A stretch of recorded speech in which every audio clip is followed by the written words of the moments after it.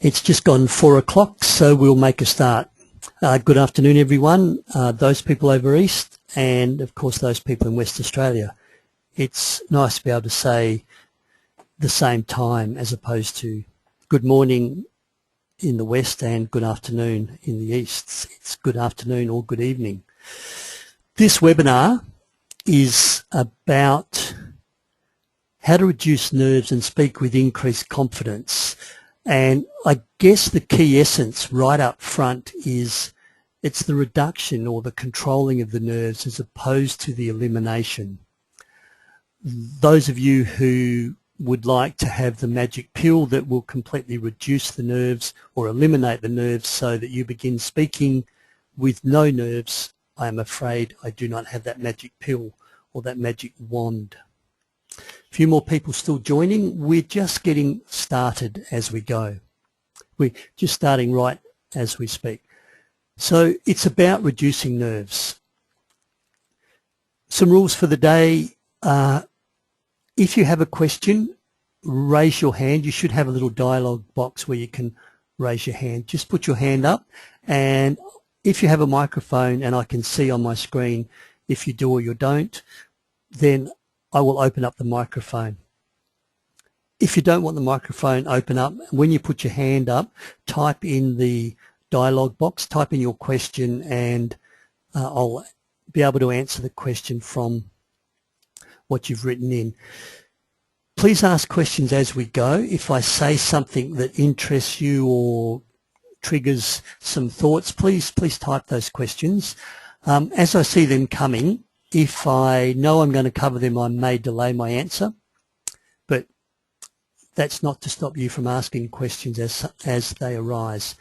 I've also got a couple of slides throughout just with a question mark where I will pause and give you a few moments to gather your thoughts and ask any questions thus far. Most of you know me, but a couple of you may not know me. Peter Dew's my name, and I'm a public speaking trainer and coach, and my absolute passion, my absolute desire is to help people find their voice so that they can get their point of view across, have their say, contribute to society both confidently but also effectively. So there's two arms, I guess, to the public speaking. There's the confidence, and then there's the effectiveness. Some people are really confident, but they lack the impact. Some people are quite effective, yet they are really nervous and anxious and feel they're not doing a good job because of their lack of confidence. Today's workshop is about the confidence, the reducing nerves. A little bit about myself, just very briefly. Most of you know I've got a background as a person who stutters, so my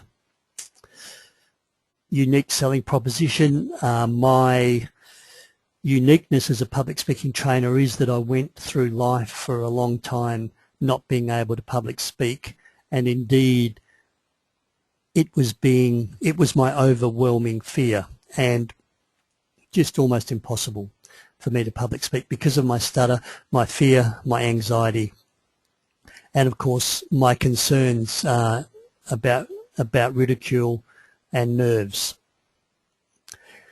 So public speaking is indeed a fear, and just the mere sight of a microphone or just the mere invitation to say a few words before an audience is enough to put fear into many people. You probably know that public speaking is often reported as mankind's number one fear, and dying is number two. So apparently many of us would rather die ahead of public speaking. And when you look at that, it really does put into perspective, I guess, the impact that the fear of public speaking has on people. Nobody wants to die, but to put that fear of public speaking ahead of dying is really quite bizarre. But as a public speaking trainer, over the years, I can see how genuine, how real, how debilitating that fear is for those people that are anxious before speaking. So my aim in this short webinar is to give each of you some background knowledge and hopefully one or two tips that will help you get ready, be more confident, reduce your nerves before your next presentation. Mark Twain made this famous quote: "There's only two types of speakers in the world, the nervous and the liars." So the role of nerves, amazingly, nerves do play a role in public speaking. And one of the myths that I guess I can dispel straight away is that you should be completely calm before public speaking. You should have no nerves before you stand on the platform. And of course the answer to that is no, you should. You should not have no nerves. You should have a healthy level of nervousness, a healthy level of anxiety.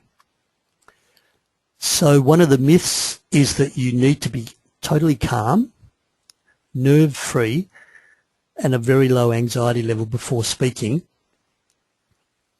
And that's a pure myth. Another little acronym that I like that helps me understand fear, the role of fear in public speaking, the role of nerves, the role of anxiety, and that's false expectations appearing real. I've also heard it called false evidence appearing real.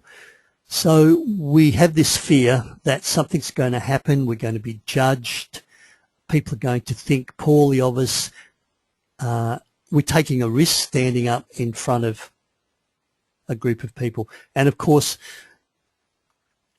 80% of what we worry about, as you're probably aware of, 80% of what we worry about, our concerns, our energy, doesn't happen. 80% doesn't happen. So that's a lot of energy, that's a lot of worry, that's a lot of nerves about things that actually don't eventuate. So that small acronym that unpacks fear just works for me extremely well. False expectations appearing real. Now, when I do my public speaking workshops, and I know some of you have been to my workshops, one of the things I do, certainly with the introductory workshops, Overcoming Your Fear of Public Speaking, is I do an anxiety reality check. And this can be a nervousness reality check, just how worried, how nervous, how anxious you are about speaking. What I do in the workshops is I get people to stand up in front of the group and speak for 1 minute. And after they've spoken for 1 minute, I get them to just give me a rating on how that felt for them. Where 10 is really high, above 10 is often called a near-death experience, 5 is in the medium, and 1 is really calm, really cool, really collected. Below 1, you are probably asleep. Now what happens is that almost universally people report their anxiety around 7 or 8. Some people said it was above 10. One gentleman once said to me that, "Peter, as I was speaking, I was digging my grave as I was going. I was dying up there." But most people report around 7 or 8, quite nervous, really anxious. I then go to the audience, those people who've just watched this 1 minute presentation off the cuff. It's not a difficult question. And I say to the audience, disregard that comment you've just heard from the speaker. Disregard how they've just rated themselves. From what I asked them to do, the 3 points that I asked them to cover in that 1 minute introduction speech, where would you rate them on what you saw? Not what the person told you in terms of their own anxiety, but what you saw as an audience. Universally, people say 3 or 4, maybe 4 or 5, 2 or 3. This is one of the universal laws of public speaking. Wherever you see yourself, wherever you rate yourself on your anxiety scale, and that's not to dismiss what's happening to you, your heart is pounding, your palms are sweaty, and you may have a genuine quiver in your voice. Your mouth may be dry.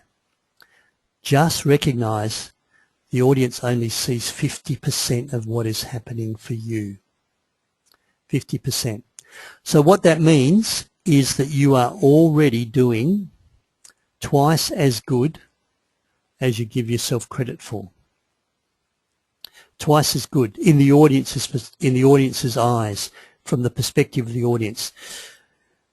Does everyone know the 3 rules of real estate? I think it's location, location, location. Well, the 3 rules of public speaking are audience, audience, audience. It's about the audience. It's not about you. If the audience sees you around about 3 or 4 in your confidence level, then you need to recognize and accept that you've done a very good job for that audience. This does not mean that you're not nervous up around here, but do recognize that the audience is seeing you twice as good, 200% better than you give yourself credit for.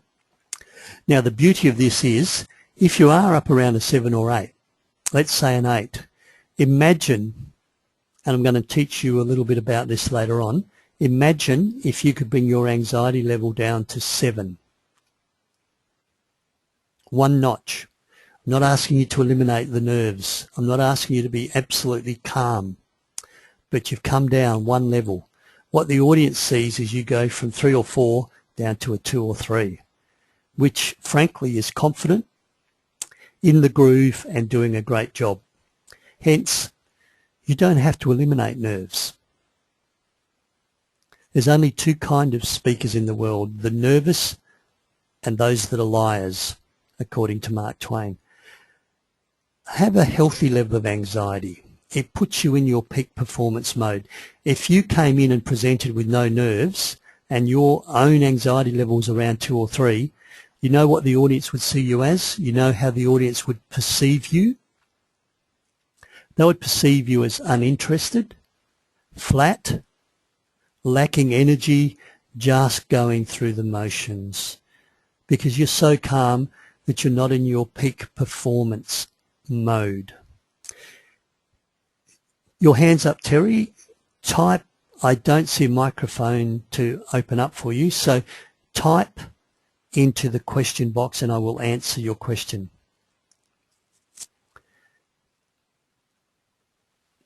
So you don't want to be too, I'll put your hand down, Terry, but please type the question in if you want to. You don't want to be around here as a speaker. Remember, it's audience, audience, audience. You want the audience to see you around there. For you to be around there, you need to have probably 5, 6, maybe even 7 level of anxiety. So that's the anxiety reality check. You don't have to be calm, nor should you be calm. It would be a little bit risky to be completely calm. If we take this same analogy, the nervousness, to an elite athlete, the Olympic Games are around the corner. If you're on the starting blocks for the 100 metre sprint, the 4x100 metre relay, or the 100 metre breaststroke or some other swimming stroke, and you've done all this hard work over the last 4, 5, 6 years.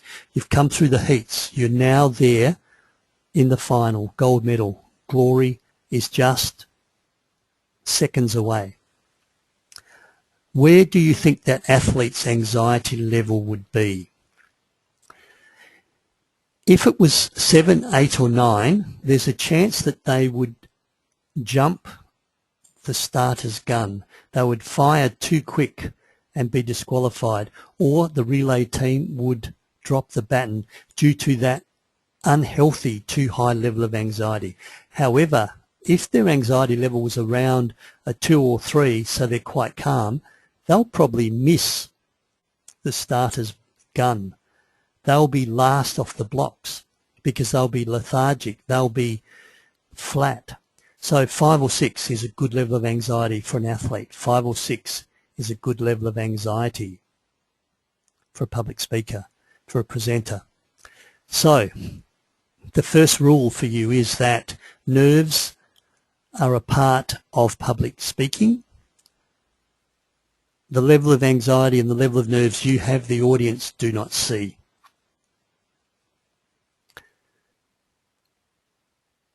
Any questions at this stage? The role of anxiety, the role of nerves. Put your hands up. I'll open up your microphone, or feel free to type in a question.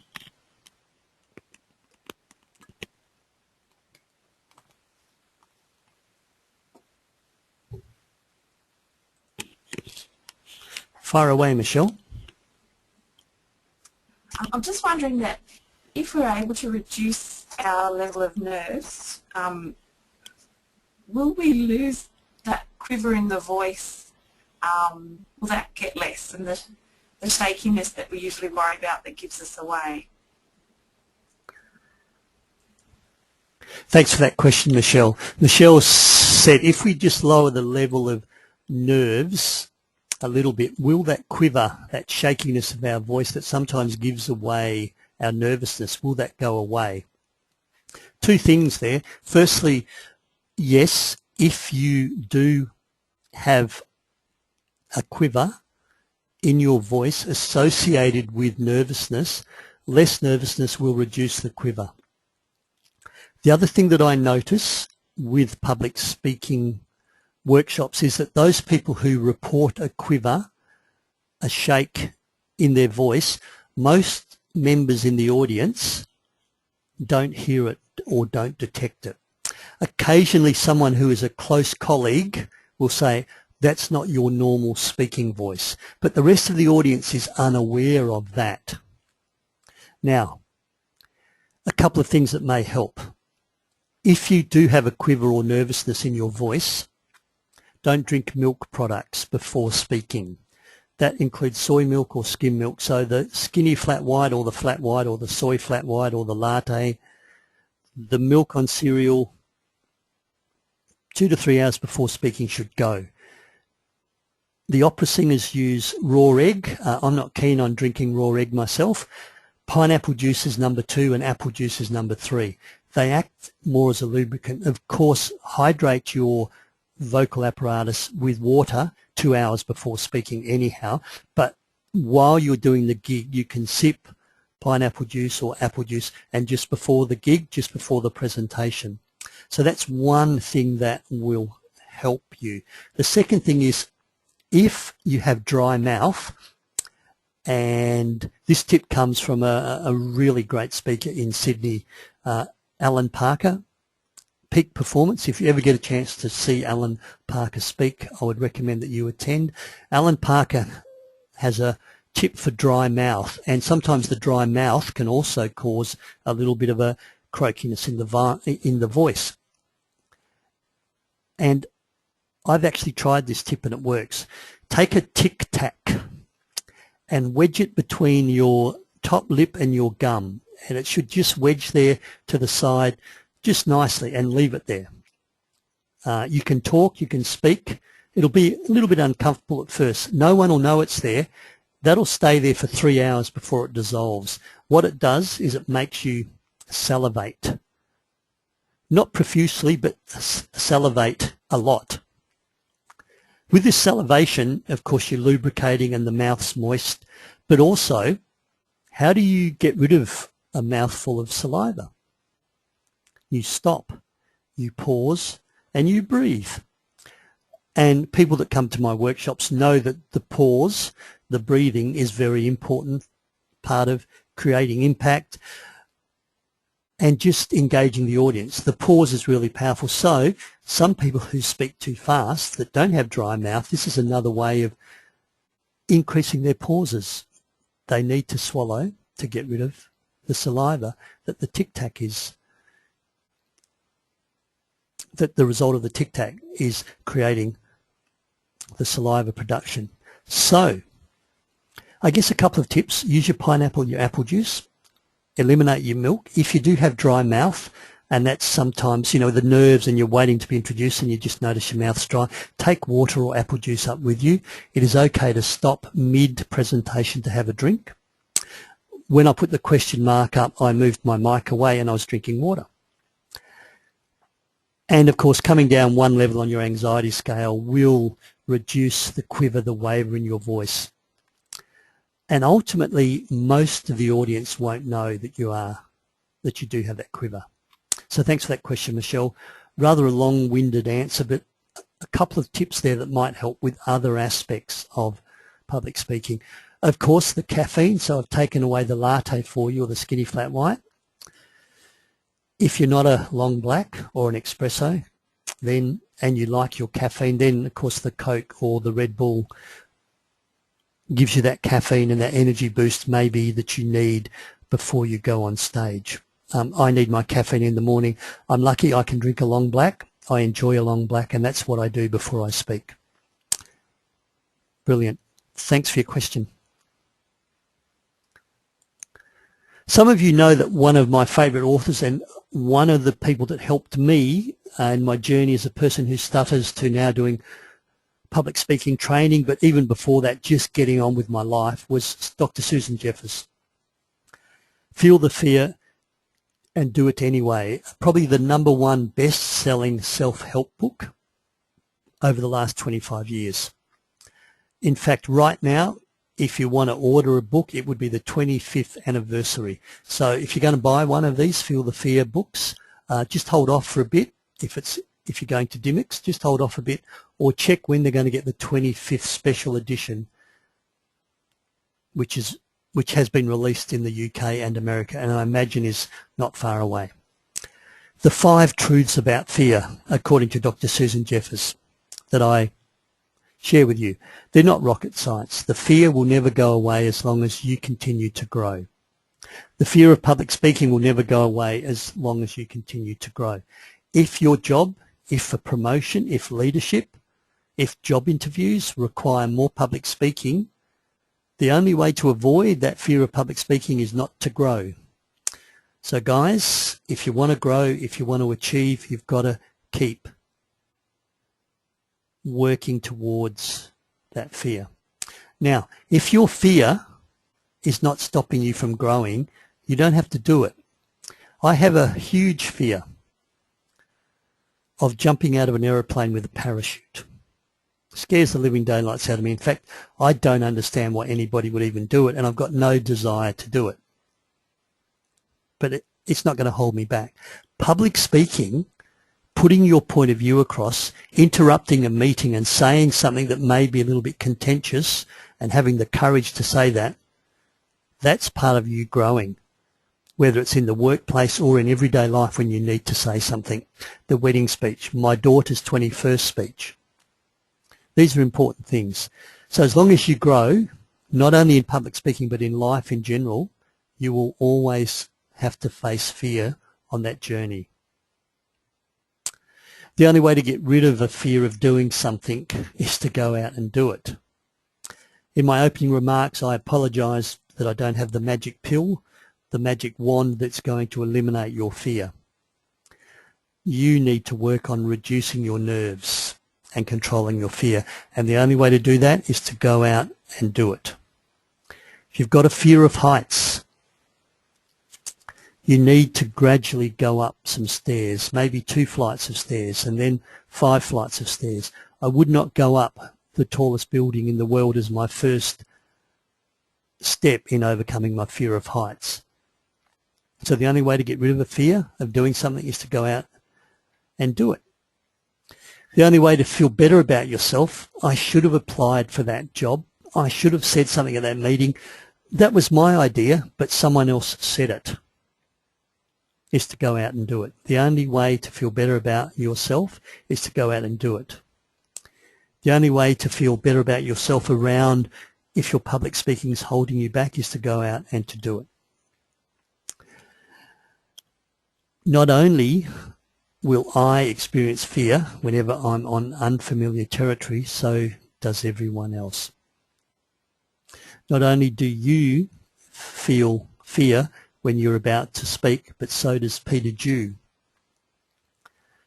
Peter Dew feels fear before he's waiting to start a webinar, wondering how he will go. That fear is there for everyone. So those people you admire, those people that seem to go out and get it, they've got the same fears. Maybe they've just worked through them earlier on in their lives. Maybe they don't let you know that they're afraid of what they're doing. Maybe they keep that fear at a healthy level, but they don't let it hold them back. So when you admire someone else who goes out and tries something different, just recognize they also experience fear. Now, yesterday, I was lucky enough to be speaking down in Dunsborough in the Margaret River area, south of West Australia, and one of the keynote speakers was Shelley Taylor-Smith, 7 times world champion for distance swimming, holds the world record for the swimming marathon, or held the world record for the swimming marathon for women and for men. Swam across the English Channel, swam around New York, swam from Sydney up to Newcastle, 90 kilometres. She has a horrendous fear of sharks. And she showed a slide of her before she did the Sydney to Newcastle swim, going in a tank of sharks with a diver, just to realise that the sharks are not necessarily going to attack her, just to overcome or address her fear. So this is one of the most powerful people that I've ever met or heard speak, and she swims with sharks and has a fear of sharks. So not only do I have a fear of sharks, but so does the world champion of 7 years who does long distance marathon swimming. The 5th fear, pushing through fear is less frightening than living with the underlying fear that comes from the feeling of helplessness. You want to do something, but you can't. I was offered earlier on in my career as a medical scientist to go to Singapore and present a paper.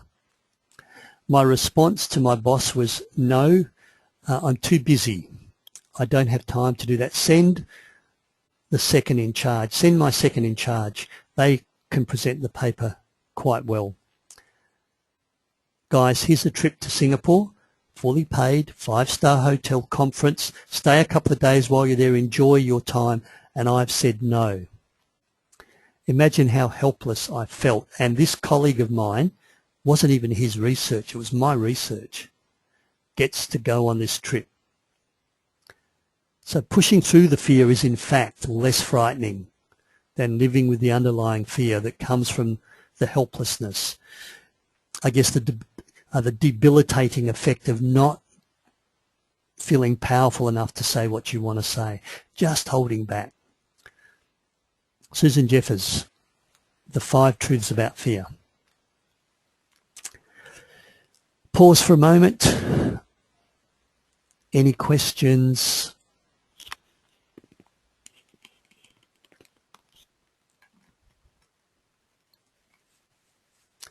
And Shelley Taylor-Smith's, I guess her legacy will be that she was responsible for the fact that women now get equal prize money on international sports, because in the marathons they don't separate the men and the women, and she came in first ahead of the men and ahead of the women. And so for the first man that was beaten by 5 minutes on the 35 kilometres by Shelley Taylor-Smith to receive higher prize money than her was just completely silly. And as we know, in the tennis and the golf, generally the prize money for the men and the women is now equal. So that's her legacy. An amazing athlete. Okay, Edward, let me open up your microphone. We haven't tested it, Edward. You got a question? No.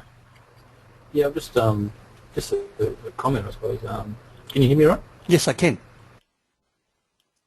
You still there? You've just dropped out, Edward.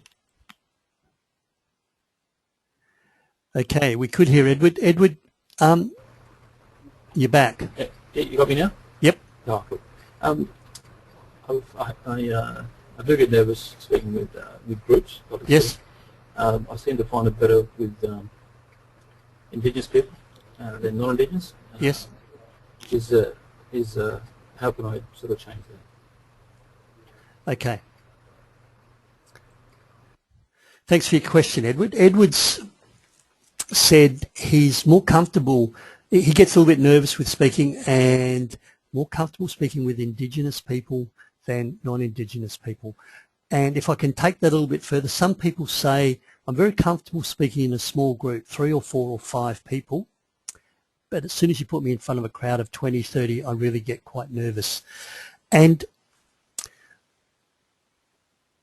I guess 2 comments I can say. Certainly with Indigenous people, I know that they're a lot more laid back, a lot more relaxed, and of course often their meeting table, their meeting room is sitting around a tree. And their meeting style is yarning, is telling stories and just having a chat, and and very respectful, very respectful. And when you're having a chat with people, it's sort of more conversational and there's less pressure on you. Not sure if this helps you at all, but the persona, the attitude that you have with the Indigenous people, the persona, the attitude that you have with the one-on-one conversation, the chat, the yarn with friends, the conversational style should be the exact style that you take onto the platform. So let me challenge you. Remove public speaking, remove presentation skills from your vocabulary. So from now on, every time you get before a group of people, Edward, regardless of whether they're Indigenous or not, just have a chat, just have a conversation with the room, one person at a time. There may be a sea of 100 faces, but just have a chat with one individual at a time, using your eye contact, a few milliseconds on one person, down the back of the room, down to the front, across to the right side, over to the left side. Spend a few seconds on each person. 2 to 4 seconds is long enough, is acceptable eye contact when you're speaking to a group of people. So that's now 2, 3, 4, 5, lots of 3 seconds. Connect with those people, and if speaking to Indigenous people is easier, just come in with the same attitude. Maybe the crowd is going to be a bit harder to crack, but if you can just come in with that conversational, that yarning style, the true you, how you interact with the Indigenous people, then that is who you should be on stage. If you're not, Edward, if you're not how you are speaking with Indigenous people, then you'll have artificially become someone else and you're no longer genuine. There's another saying, another important part of public speaking. Who you are on the stage needs to be who you are off the stage.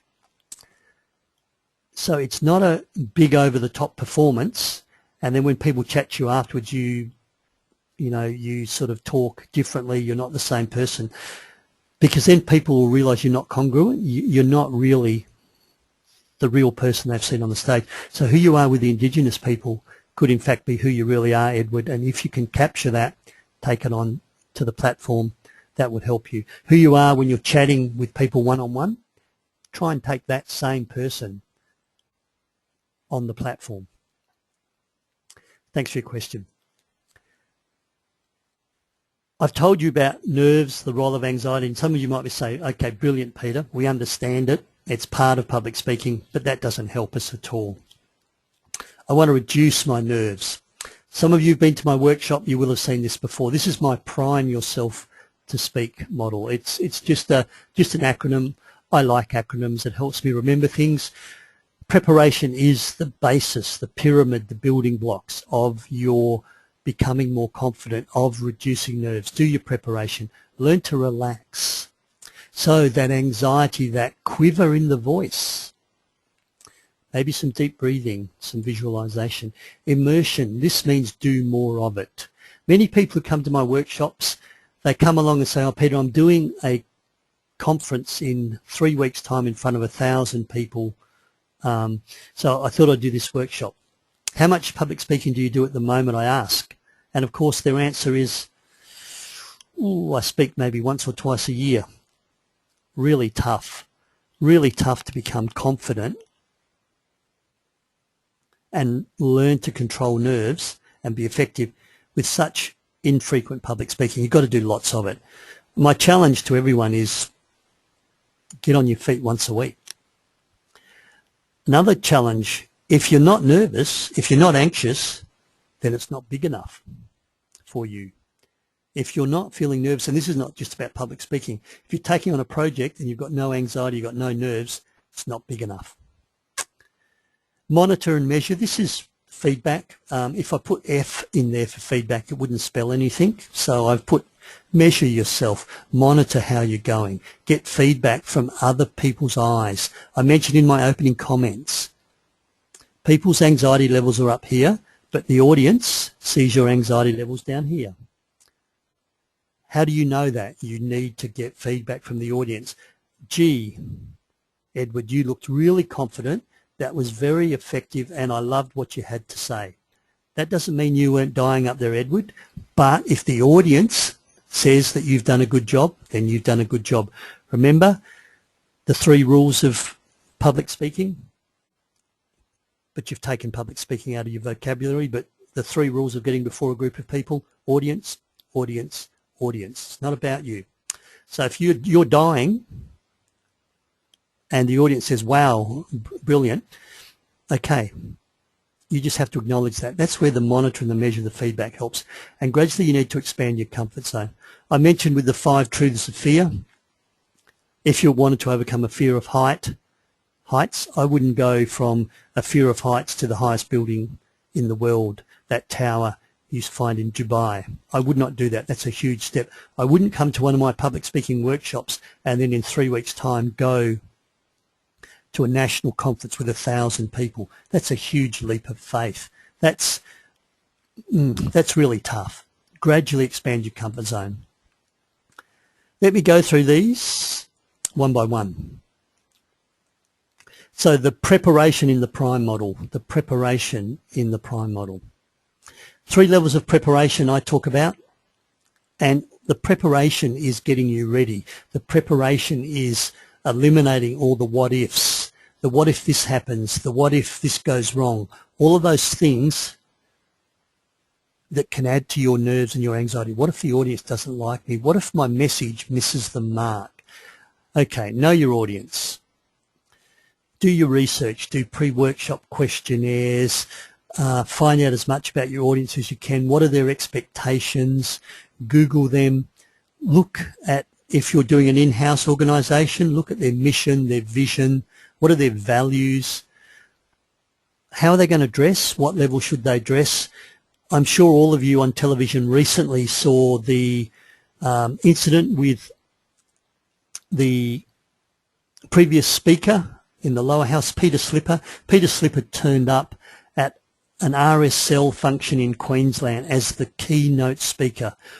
All of the RSL, the servicemen, the volunteers, the soldiers were at this function dressed with suits, ties, all their medals. It was a fairly important occasion from their point of view. Peter Slipper turned up in really daggy grey faded jeans and a casual farming type shirt with the neck open at the collar, and he presented.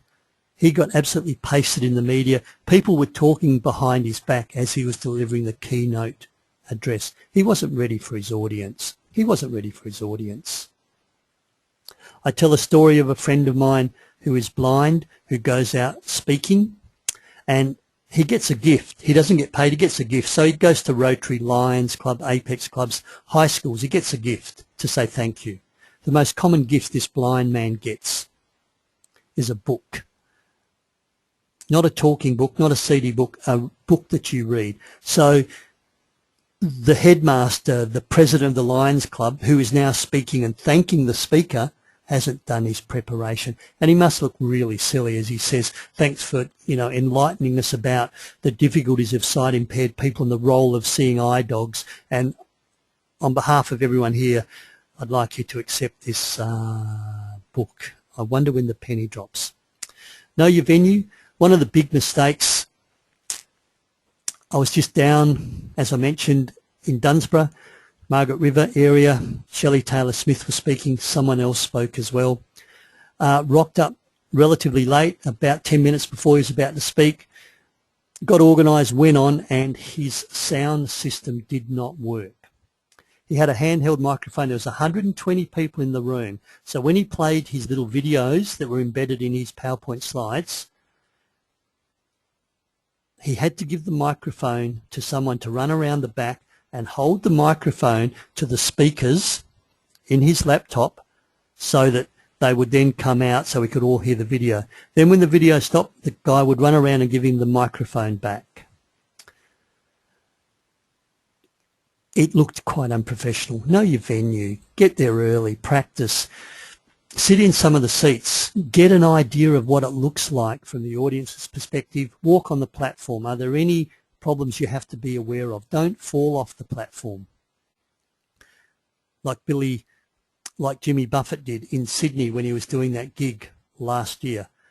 Singing great songs, full house, falls off the stage, breaks his leg, ends up in hospital. Know your topic so you can plug and pay. Don't know your notes. Don't rewrite notes. The way to practice is on your feet.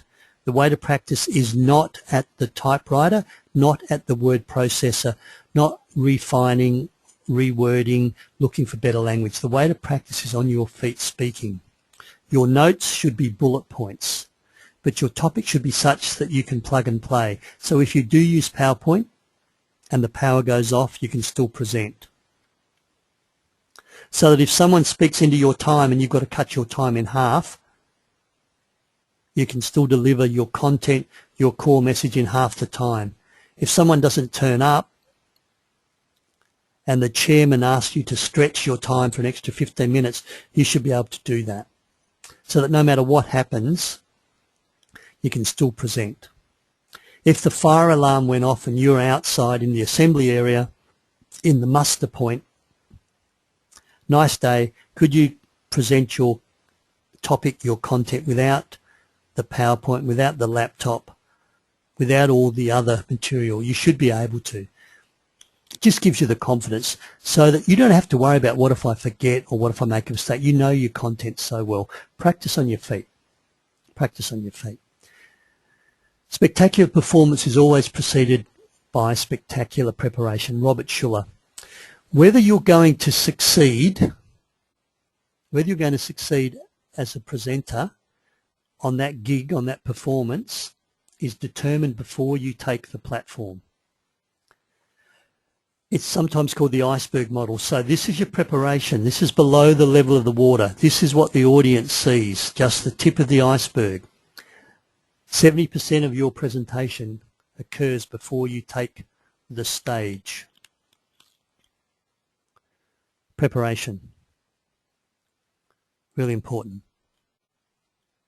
Learn to relax. I'm not going to teach you how to relax. You know what I want you to do. I want you to bring your anxiety level from a 7 down to a 6 or from an 8 to a 7, one notch on your anxiety scale.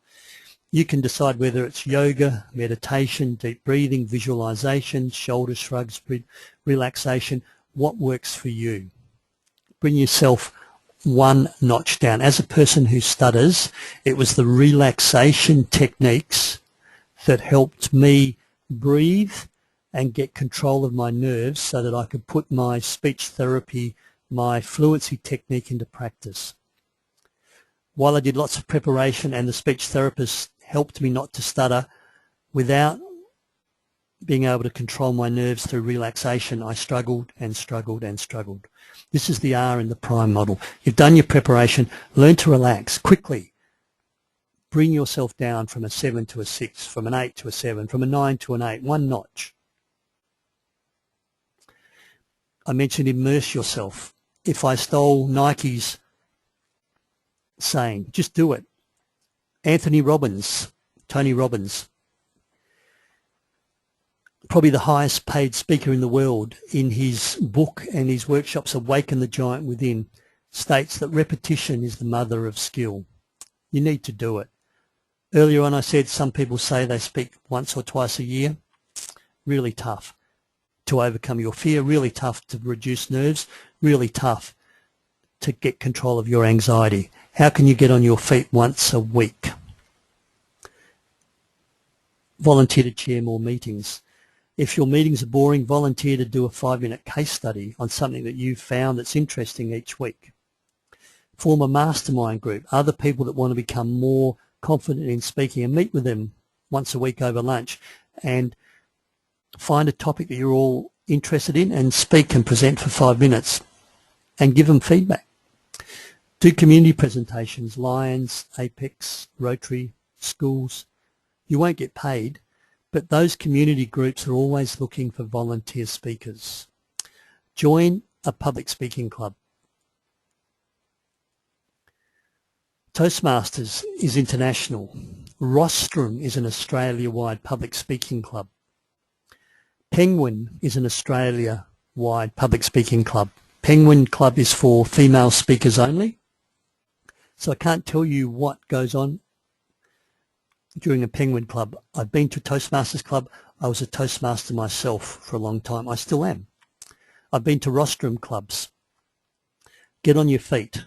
I don't mind how. You need to create the opportunities so that you can get on your feet once a week instead of once or twice per year. Repetition is the mother of skill. Feedback. Feedback is the food of champions, bringing in the sporting analogy again. Feedback. Champions eat feedback for breakfast. How do you know that you don't have that quiver in your voice that you spoke about? How do you know that you're doing a really good job from the audience's perspective? How do you know? How do you know if you are doing something that you could improve? Give someone permission to give you feedback. Now, it must be specific, must be immediate, must be honest. Immediate after the day. Don't in 6 months' time say, oh, by the way, how did I go at that talk you attended? And don't say, how did I go? Because they'll say, yep, that was good. That was good. How do you improve with that feedback? How do you improve when someone says that was good? Let them know. And someone would say, I have a bit of a quiver in my voice. I notice you're sitting in the middle of the room. Can you let me know if you can pick that quiver up?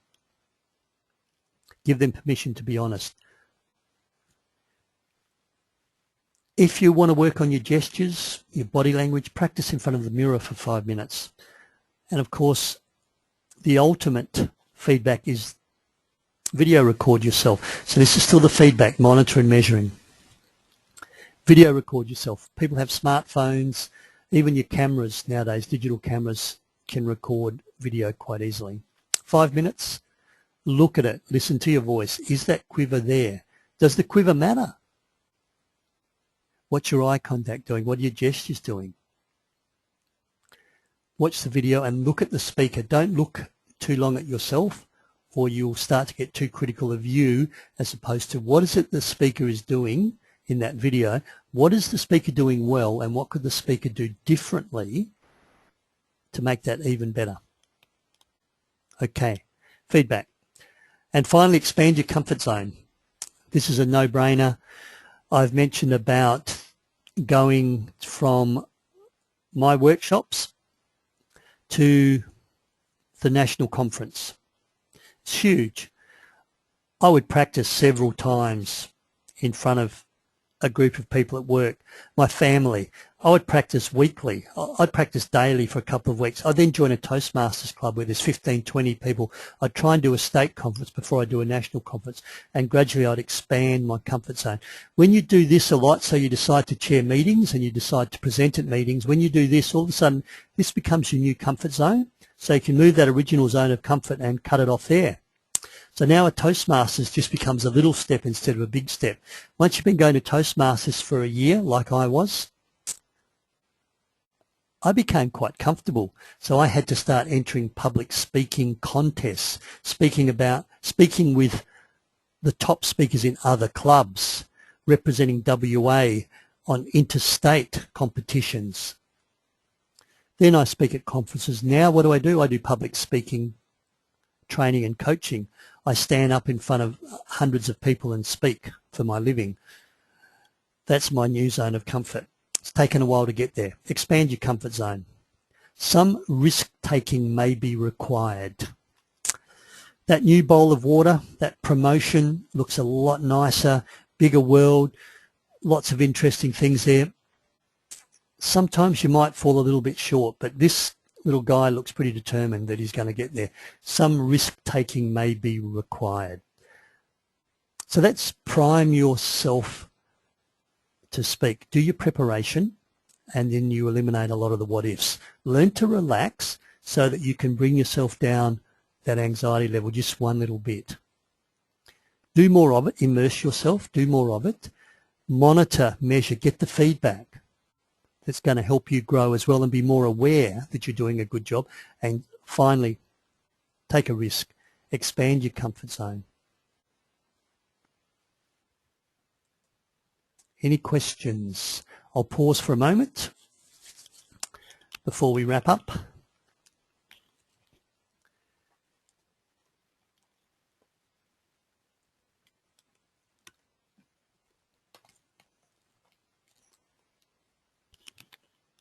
No hands going up at the moment. Okay.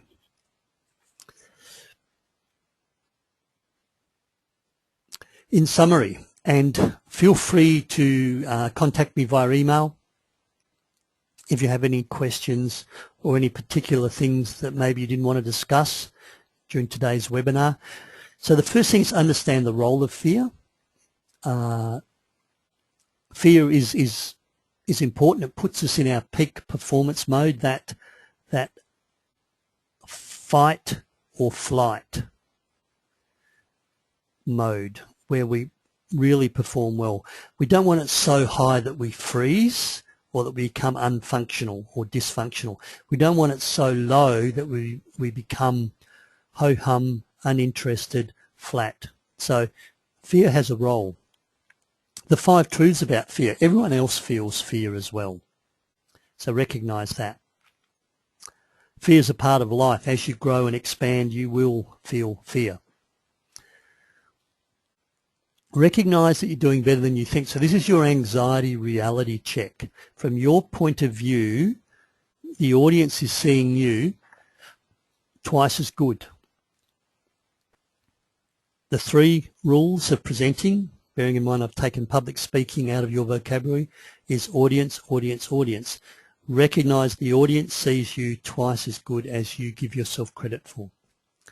And finally, to further grab control of the nerves and bring them to a level that you want, and to be effective as a public speaker, use the PRIME model. Preparation, relaxation, immersion, monitor, measure, and expand your comfort zone. Prime yourself to speak. Use that model. Preparation is in fact the cornerstone of speaking more confidently and of controlling nerves. Any last questions? While you're thinking of any last questions, my email details, my website, you know that I have a free newsletter that you can sign up. Just go to the website and you'll see newsletter, sign up. When you've had enough, when you get bored with my newsletter, it's only once a month, then you can unsubscribe. The next webinar is in the morning, so some of you may not have been able to attend, and of course you're not here, so this sounds stupid. Some people would not have been able to attend, so maybe the morning webinar will suit them. This webinar is about gestures, the really powerful public speaking tool of gestures, and how your body language can be used to be more effective, can be used to, bring on that leadership role, and in fact conveys half of your message. If you haven't had a chance to, and it's really just the number you need to write down. Everything else is www.go2meeting.com, register, and then the number. If you don't get that, email me and I will send you the link. You've probably got the link already. My next workshops, if you want to take the step and go beyond just dealing with nerves and anxiety and do a more intense public speaking workshop in Perth, 31st of May, that is set and ready to go. And Melbourne, I've got 2 dates, and I think I'll run it twice, the 9th of August and the 3rd of September. Sydney, I don't have any dates at the moment. And of course, these workshops I can also run in-house. So if you feel that you've got 8 to 12 people in your organisation that would benefit from some effective presentation skills, controlling anxiety, putting together winning presentation skills, then I'm happy to come across and do those presentations, those workshops. There's a gap between May and August. From the 10th of June to 20th of July, I'm going to be overseas visiting my daughter in London, so I will be checking emails, but I won't be running any webinars or workshops during that time.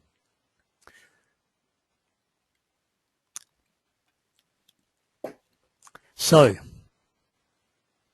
understand the role of fear. Recognize you're doing better than you think and prime yourself to speak. From what you've heard today, my challenge to you is, what 2 things will you do differently the next time you are asked to speak, the next time you prepare to speak? Albert Einstein defined insanity as doing the same thing over and over again and expecting a different outcome. So if you listen to this webinar, if some of what I said rings true or creates a few aha moments, and you go out after this evening, this afternoon, and do the same thing, you're unlikely to get a different outcome.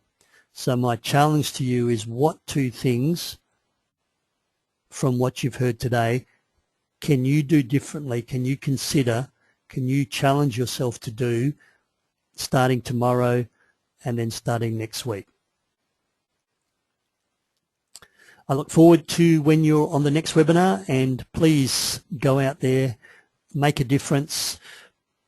Fear is part of public speaking. The more you do it, the easier it becomes. And I will end the webinar there. Thank you for your attendance.